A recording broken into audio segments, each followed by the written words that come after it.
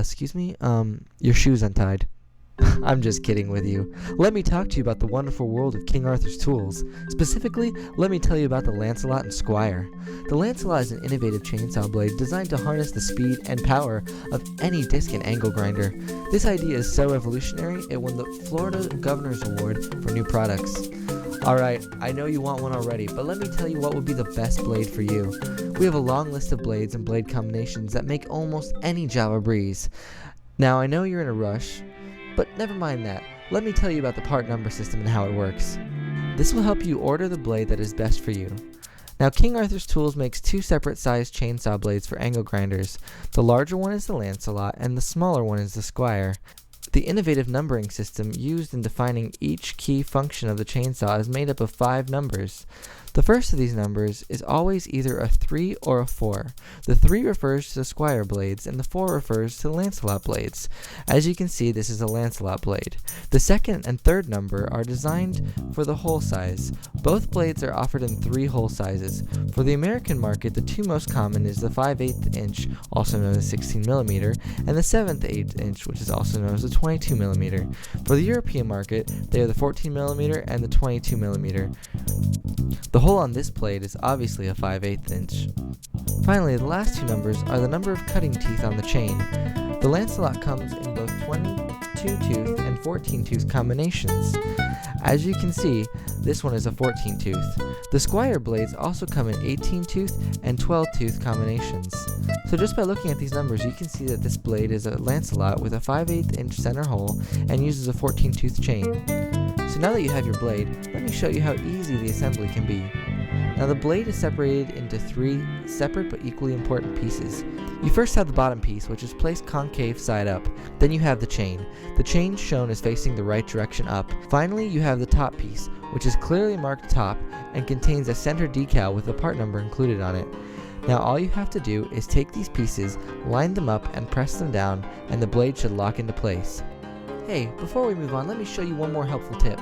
Another way to know the blade is facing the right way is to find the number on the rivets. This number should be facing down during assembly. Now that your blade is assembled, let's get it mounted to an angle grinder. The first step is to make sure your safety guard is positioned at a 45-degree angle. Next, take the spacer that comes with the angle grinder and place it on the center of the shaft. Then take the saw and place it on top of the spacer on the center of the shaft. Finally, secure the universal nut properly, and you've got one blade mounted and ready to go. Now that's all fine and dandy, but how about I show you how to mount a tandem Lancelot blade? Now this process is very similar, but not entirely similar, so watch closely. This time, no spacer is needed. Place the first blade onto the center shaft like so. Then take your center blade and do the exact same. Finally, place on the safety nut and tighten properly, and you're off. That was exciting, huh? I don't know about you, but I can barely catch my breath. I'm so excited. I know, right? Well, guess what? There's more. Finally, let me show you how to mount a Lancelot and Squire tandem combination. This one mounts almost exactly like the dual Lancelot tandem combination. The key thing to remember here is that the Lancelot must, I repeat, must go on first. If you were to place the Squire on first, there's a possibility it could destroy the space-time continuum, thus destroying all life as we know it. So, to repeat that one last time, do not place the Squire blade on first. Only once you have the Lancelot blade on can you proceed to place the Squire blade on. Finally, tighten securely with a universal nut and you're ready to do some cutting. But before we can cut, we need to go over some safety tips. To help us out with these safety tips, please welcome Jerry, resident safety expert and professional stuntman to the stars. As Jerry knows, the best way to use any of these tools is with safety in mind first and foremost. That's why Jerry is wearing protective eyewear, safety gloves, and a safety vest, all of which are necessary to safely operate these blades. Oh look, there's Arthur wearing a face guard. That Aussie certainly has the right idea. Arthur steps in and tells him, maybe this isn't a good idea. Your face could get burnt off. To make sure your blade is working optimally, always keep your blade sharp. The way the blades are designed requires you to cut towards you. For safety reasons, do not cut away from you. Make sure to always secure your wood. The blades are spinning alarmingly fast. If you do not secure your wood, you could impale someone, or your mother. Do not hold the grinder like this, or even like this. Please, don't be an idiot. Most importantly, read your instruction manual first. Finally, you're ready to cut up some wood. Let me first show you the different types of cuts that you can get with the Lancelot and Squire. The first series of cuts is known as a plunge cut, and it's shown here with 4 different combinations.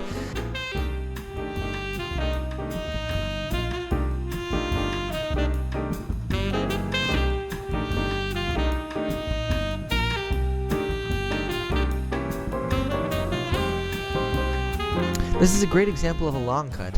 Remember to always pull the grinder towards you and slowly, and you'll be sure to get a nice straight cut. This cut is a raking cut. The movement of the grinder is as though someone were raking leaves. This cut is great for carefully removing layers of wood or bark.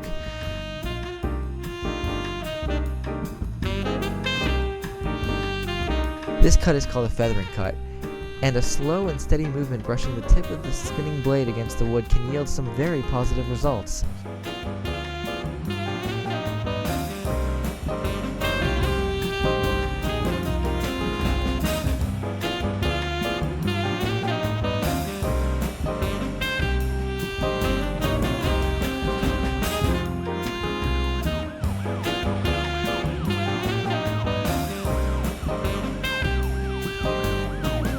This one's called the haircut, and frankly it's not recommended. In fact, just don't do it. This is a bad idea. We shouldn't have put this in the video. Now that you understand the many different ways these blades will cut, let me explain the benefits of tandem blade mounting, also known as tandem combinations. There are a total of 7 different tandem blade combinations that each yield very, very different results. That's 2 varies if you weren't counting. The first combination is 2 22-tooth Lancelots. This combination is a racing fast shaper and remover. Combination 2 is 2 14-tooth Lancelots. This is a more aggressive and popular combination for mass removal. Combination 3 is 1 14-tooth Lancelot and 1 22-tooth Lancelot. This is the best of both worlds. With the 22-tooth mounted over the 14-tooth, the finish is finer in convex and sweeper shaping. Combination 4 is a 22-tooth Lancelot and an 18-tooth Squire. This combination is perfect for rake cuts that need a finer finish. Combination 5 is a 22-tooth Lancelot with a 12-tooth Squire. This combination has a fine finish but also works faster. Combination 6 is a 14-tooth Lancelot and a 12-tooth Squire. This combination is probably the most aggressive Lancelot Squire combination and works incredibly fast. This is great for jobs where finish is not important.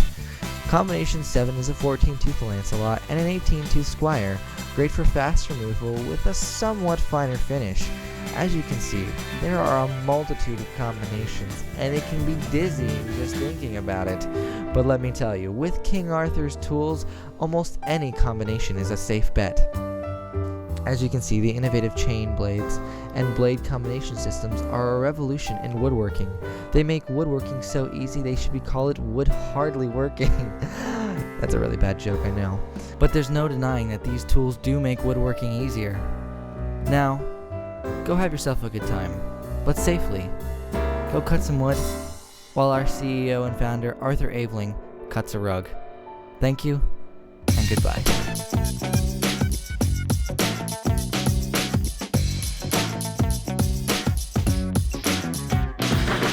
Let's talk about tools.